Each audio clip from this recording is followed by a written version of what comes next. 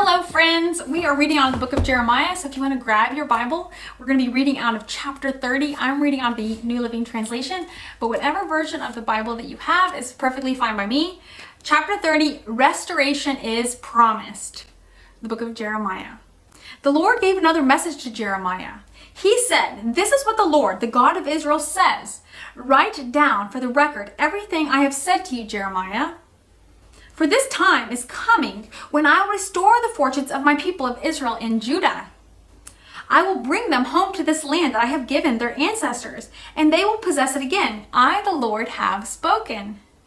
This is the message the Lord gave concerning Israel and Judah. This is what the Lord says. I hear cries of fear. There is terror and no peace. Now let me ask you a question. Do men give birth to babies? Then why do they stand there ashen-faced, hands pressed against their sides like a woman in labor? In all history, there has never been such a time of terror. It will be a time of trouble for my people Israel.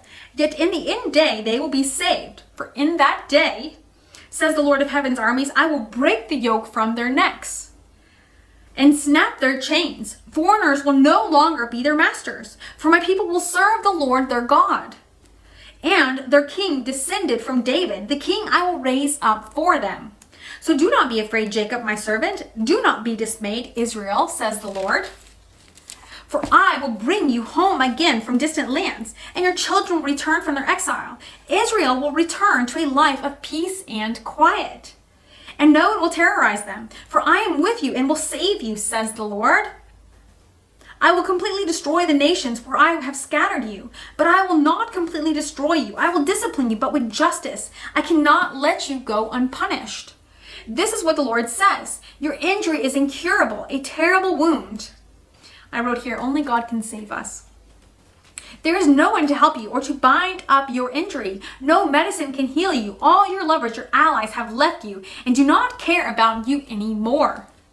I've wounded you cruelly, as though I were your enemy, for your sins are many and your guilt is great. Why do you protest your punishment, this wound that has no cure?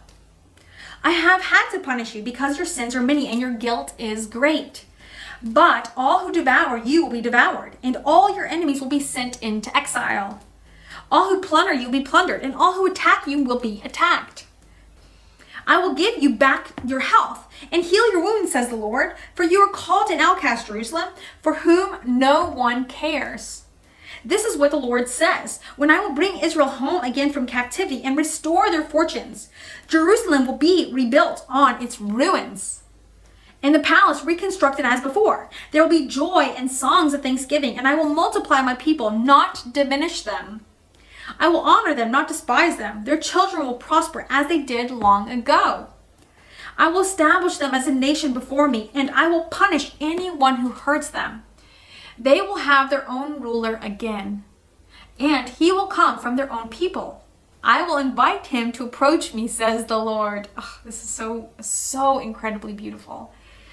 For who would dare to come unless invited? You will be my people, and I will be your God. Look, the Lord's anger bursts out like a storm, a driving wind that swirls down on the heads of the wicked. The fierce anger of the Lord will not diminish until it has finished all he has planned. In the days to come, you will understand all of this. Chapter 31 is called Hope for Restoration. Wonderful. So I really like that 30 was so beautiful, and 31 has a lot of hope as well. It starts with the word hope. Just a quick word of prayer, and then we'll be done with chapter 30 for now. Heavenly Father, Holy God, we just are amazed at how wonderful you are. And you know everyone that's listening, their hurts, their aches, their pains, their physical ailments, their heart's desires, what burdens them, their loved ones. We all know people that have not come to know you, Lord. We just ask that you please come into the lives of our loved ones, our family, our friends. We don't want to see anybody that doesn't know you, because we know your power. We know how wonderful you are and how much just you are all that we need in this life. That you will meet all of our needs according to your riches and your glory, God. And we know that even though we have extreme wishes and desires, and sometimes we can even be greedy, we don't want to be greedy, Lord. We want to be fully satisfied in you. And we know that you will meet our expectations, that you are sufficient to heal our wounds and our transgressions. We ask you for forgiveness of our sins, to come into our hearts so that we can abound in fruits of the Spirit because of your works in our lives. Because we know that a heart that's transformed in you wants to bear fruits for the kingdom of God. And we desire that, Lord. So please be with us. Help us to know you in a better way. Help our words to bring you glory, our actions to bring you glory. Help our heart's desires to match your heart's desires, Lord. We're so grateful for you. And it's in Jesus' most holy and precious name I pray. Amen.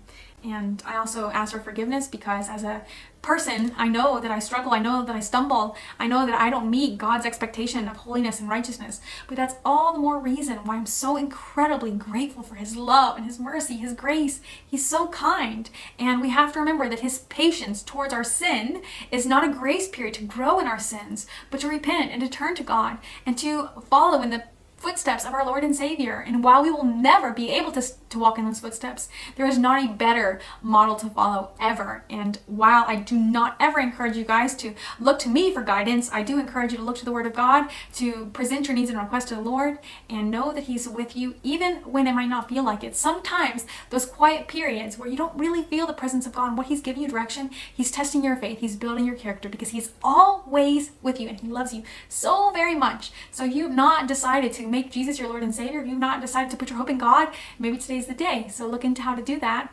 And I pray you join us back as we continue to press through the beautiful book of Jeremiah. Bye-bye and God bless.